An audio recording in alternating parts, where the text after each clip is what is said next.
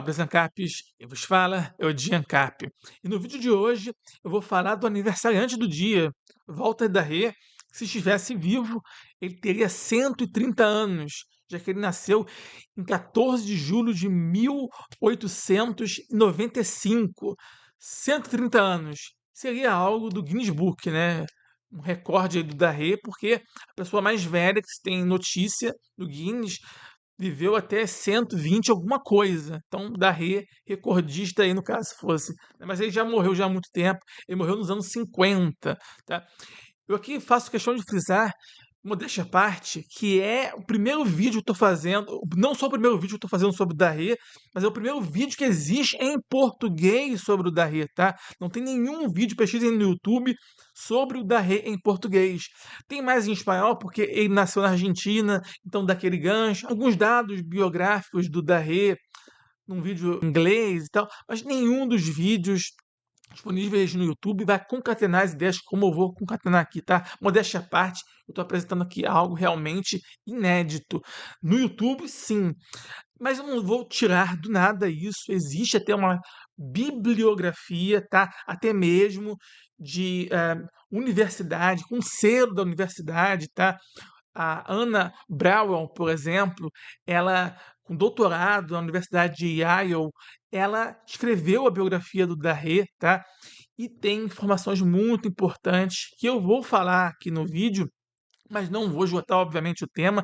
Aqui vai ser uma espécie de introdução, porque eu tenho estudado com uma certa obsessão, uma espécie de hiperfoco aí no Darré já há uns 2 anos, tá? E eu fico realmente, assim, impressionado mesmo. Como que há uma escassez, sabe, em torno dele, e ao mesmo tempo, quanta coisa interessantíssima. E eu realmente eu fico impressionado. A Ana, ela não faz negação alguma de Holocausto. Inclusive, após a Segunda Guerra Mundial, Darré foi preso e foi julgado no Tribunal de Nuremberg.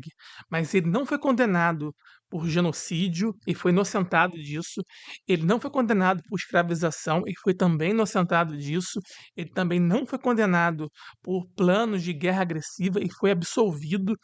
Enfim, ele chegou a ser preso, ficou 5 anos preso, mas uma pena bem mais branda, só que ainda assim, segundo a historiadora que escreveu a biografia do Darré, isso foi injusto. Essa punição foi injusta ao ver dela.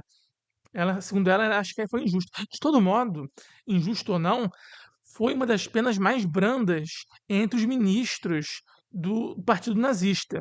Então, eu estou falando aqui da historiografia oficial, tá? Nem é revisionismo. E o que foi o parecer dos vencedores da guerra, tá? A versão oficial. Então, se alguém vier com o papinho, e o Holocausto, e o Holocausto, não sabe realmente do que está falando, porque Darré não tem nada a ver com o Holocausto. Eu acho que é até importante criar esse contraste, sabe? Existe o hitlerismo, que é a vertente mais propagandeada aí, né, na grande mídia, como se nazismo e hitlerismo fossem necessariamente termos intercambiáveis, sempre, né, como se fosse a mesma coisa, sinônimo, sendo que está mais para hipônimo, né, um hipônimo do nazismo, ou seja, é uma parte do nazismo, mas há outras facetas do nazismo, inclusive o darreísmo. Inclusive, esse termo darreísmo está no livro da Ana também, né? Mesma Ana que escreveu no livro dela, isso aí que está na tela, abre aspas. A essência da natureza campesina é de anti-Estado. Fecha aspas. Ela escreveu isso para falar do pensamento da Rê. Ela usa o termo, literalmente, anti-Estado. E como o Darré foi um ministro da Agricultura e Alimentação do Reich, ele era muito focado no campesinato, na agricultura. Ele até falava que o campesinato é a fonte vital da nação. E é até interessante isso, porque ele vai fazer um contraste com o nomadismo. Ele vai falar que o nomadismo é parasitismo. E também vai comparar com o imperialismo. Porque o nomadismo, assim como o imperialismo, não produz nada e fica tomando ainda o que ele não produziu, né? É improdutivo. E foi o Darré que popularizou também o slogan sangue solo. Ele falava até mesmo que o sangue solo é um princípio do nacionalsocialismo, fundamental mesmo. E é interessante esse princípio sangue solo, o nome sangue, porque é um substantivo concreto e me lembra, de certo modo, o princípio libertário de apropriação original, porque também tem a mistura do trabalho com a terra, né, no princípio libertário de apropriação original. Então, trabalho é algo mais abstrato, não sei, talvez o sangue seja mais até interessante nesse sentido, porque pode ajudar a imaginar, né, assim, porque é algo concreto, né, então a expressão dar o sangue no sentido de trabalhar, pode ser interessante porque é um substantivo concreto, né.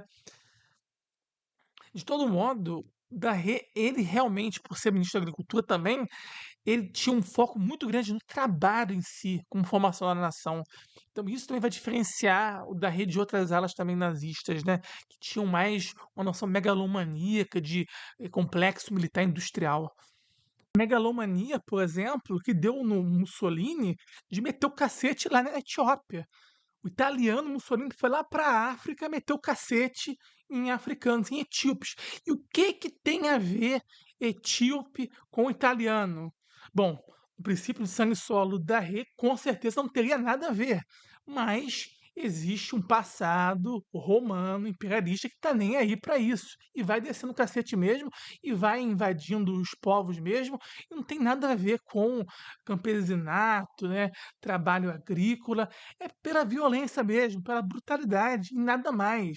Isso é só um exemplo prático do que aconteceu, né. E o Darré já estava alertando já bem antes disso, de Mussolini ter invadido a Etiópia. Já na década de 20, o Darré já alertava que nacionalistas alemães estavam errando em ter esse foco aí em Roma, Império Romano, e se esquecendo da antiga Germânia. Especificamente, em 1926, o Darré chega até a escrever um artigo contra a retomada de terras da Alemanha lá na África. O Darré era contra o Tratado de Versalhes, que tomou muitas terras da Alemanha e de forma injusta até, né, como punição da Primeira Guerra Mundial. E o Darré era contra o Tratado de Versalhes. Só que ele não queria retomar essas terras aí da África, porque não era compatível com o princípio de sangue solo, sabe? Então o Darré falava que tinha que deixar para lá esse negócio aí de terras para a África. E fica também um alerta aí, né, para quem acompanha outros influenciadores aí ANCAPs, o alerta, tá? Como Alta Linguagem, que já citou o Papa Pio, que chegou até a colocar Mussolini no céu. Segundo o Papa Pio, Mussolini está no céu. A Alta Linguagem estava falando isso, né? O Marlboro disse isso, por exemplo, né? O Papa Pio tentando, há um movimento, não só dentro aqui dos ANCAPs, né? Mas também o João Eiger, por exemplo, lá no Inteligência, com o Miorim também, estava falando no Inteligência do Vilela, tentando separar o fascismo do nacionalsocialismo e limpando um pouquinho a barra do fascismo, porque o Papa também elogiou. Então, esse pessoal católico quer limpar a barra, né, dos papas e tal, eles vão tentar separar e falar: olha só, Mussolini já foi mais based e tal, sabe? Há esse movimento, não é só de grupo, de Zé Cruzadinha, né? Não é só de grupinho fechado, não.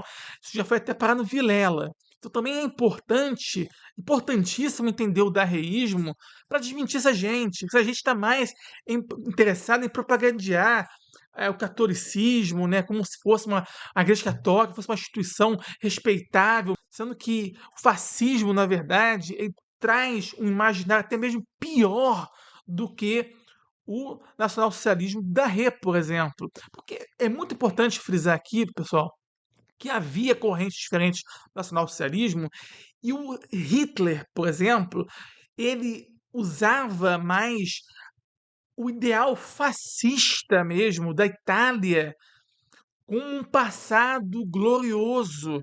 Então tem a saudação romana, o nacionalsocialismo, o Hitler amava Roma. Hitler amava Roma em detrimento da própria Germânia. Hitler chegou até a dizer diante, né, de tentativas do próprio Darré, né, que criou até uma organização de estudos, né, com outros ministros, de estudar o passado da Germânia, buscar, né, as coisas que enobrecem, né, e tal, o orgulho também da Germânia. E o Hitler, cara, totalmente contra, assim, desdenhando, falando que os germânicos não tinham passado, que bom mesmo o ideal de Roma e tal. Então, assim, o cara colocava Roma acima da Germânia, ou seja, nações que eram inimigas, e ele coloca até mesmo a própria a Germânia, sabe, para escanteio. E por que é importante frisar isso? Porque tem até artigo no Instituto Hoffman, eu ainda vou fazer um vídeo sobre isso, só sobre isso, mas até mesmo no Instituto Hoffman tem artigo que fala da Germânia, que representava uma espécie de nacional anarquia, uma anarquia nacional, enquanto Roma imperialista, estatista, enfim, aquela desgraça toda. É muito importante já frisar esse contraste Germânia versus Roma, porque vai separar quem que é imperialista, que quer dominar, sabe, a porra toda, e quem que é mais isolacionista. Porque essa vertente isolacionista do nacionalsocialismo é muito menos nociva. E adivinhem vocês, né? Os católicosões vão ficar mais do lado do quê? De Roma ou da Germânia? Só adivinhem vocês. Qual que é o lado tendencialmente, né, dessa gente? Diante dos ideais da Germânia, não dá para negar, cara. A Germânia era realmente mais libertária do que Roma. A Ana, por exemplo, ela escreveu nos anos 80 que o movimento do campesinato da Rê, sabe, era um movimento que beirava a anarquia. Porque, cara, as aulas da Rê, cara, eu fiquei realmente em choque. Em certos momentos, parecia que eu estava lendo ah, Hans Hermann Hoppe, eu juro para vocês, parecia realmente, e falando, né, da Germânia descentralizada, poder limitado dos reis, né, em contraste com Roma, que passou a ir contra a liberdade dos povos. Cara, e falava da subjugação que Roma fazia. O anseio romano da antiguidade não era muito diferente desse anseio aí da modernidade aí, né, da Inglaterra e tal, e coloca, também fala de uma influência asiática, oriental em Roma, né? Assim como estava na época também na Inglaterra, né? Vocês entenderam, né? Assim, tinha muito paralelo, né? Então, cara, assim, cara, eu sinceramente, assim, eu até entendo que pode pegar mal falar isso, cara, mas não tem como, cara. Eu fiquei surpreso com esse daí, eu fiquei, assim, fascinado. Eu falo pra você, eu fiquei fascinado. Eu não virei fascista, tá, pessoal? Mas, assim, eu fiquei fascinado mesmo, porque eu não tinha uma expectativa alta, cara, e eu acabei me dando conta, cara, nossa, como que, cara, assim, um autor que, cara, eu admiro, assim, óbvio, não concordo com o negócio de expulsar judeus, porque ele queria realmente expulsar os judeus e tal, não tão truculenta quanto aconteceu e tal. Ele mesmo critica a SS, fala que a SS foi deformada, né, desfigurada, uma face demoníaca na Polônia, porque o Darré defendia sim que a Alemanha tivesse de volta as terras da Polônia, porque ela perdeu terras do Tratado de Versalhes, do Tratado absurdo de Versalhes, né? Que roubou as terras da Alemanha. Mas ele criticou ferrenhamente a forma truculenta da SS, sabe? Na Polônia, né? Até mesmo para tomar de volta a terra, não poderia também ter sacanagem, né? Ele fez, cara, críticas também às degenerações, ao imperialismo também, o ataque, por exemplo, à Rússia. O Darry falou que era imperialismo isso e foi contra, isso iria destruir o campesinato. Está no livro da Ana também isso, né? Então, assim, Darré indo contra o imperialismo também, que se tornou a Alemanha. A Alemanha acabou ficando imperialista. Inicialmente, tinha até mesmo algumas reivindicações nobres, né, de retomar suas terras que foram roubadas, né. Hitler, na verdade, foi um falso patriota, se a gente for pensar bem. Quando a gente zoa o Bolsonaro por ter batido continência para a bandeira dos Estados Unidos, o Hitler estava numa vibe até pior do que essa, né? Porque ele estava pagando pau para Roma, que era inimiga da Germânia, né? Sabe, substituindo, né? Usurpando o espaço da Germânia. Então, quem amava a Germânia de verdade era o Darré. Por hoje, já consegui introduzir já alguma reflexão, mas eu ainda vou falar de outros tópicos do Darré, porque tem muita coisa, tá? Como, por exemplo, o genocídio que aconteceu sim. A Alemanha praticou um genocídio sim. Isso passa também por uma explicação em torno do Darré, puxaram o tapete do Darré, sabe? Também quem entrou no lugar do Darré também contribuiu também para a virulência do Estado alemão também. Mas enfim, pessoal, fica aqui como introdução, tá? Além da Ana, que não era nacionalsocialista, né, eu vou citar também o pai do nacional-anarquismo, que é o Troy Southgate, criou nos anos 90 o nacional-anarquismo. Troy Southgate usa o Darré como um dos teóricos do nacional-anarquismo, e ele detesta o Hitler. Poxa, ele paga pau pro Darré, mas ele detesta o Hitler, tá? Até mesmo ele detesta o Mussolini, tá? O pai do nacional-anarquismo detesta Mussolini e detesta o Hitler, tá? Porque o Hitler pegou muita coisa do Mussolini também, sabe? Negócio de imperialismo, essas coisas. Mas enfim, pessoal, há muitos tópicos, tá? Sobre o Darreta, muita coisa interessante mesmo. Mas eu garanto, vai ter muita coisa bem interessante em outros vídeos também sobre o Darreta, que é uma figura realmente que deveria, pelo menos, ser mais discutida, sabe? Mas enfim, pessoal, esse foi o meu vídeo. Então, até a próxima.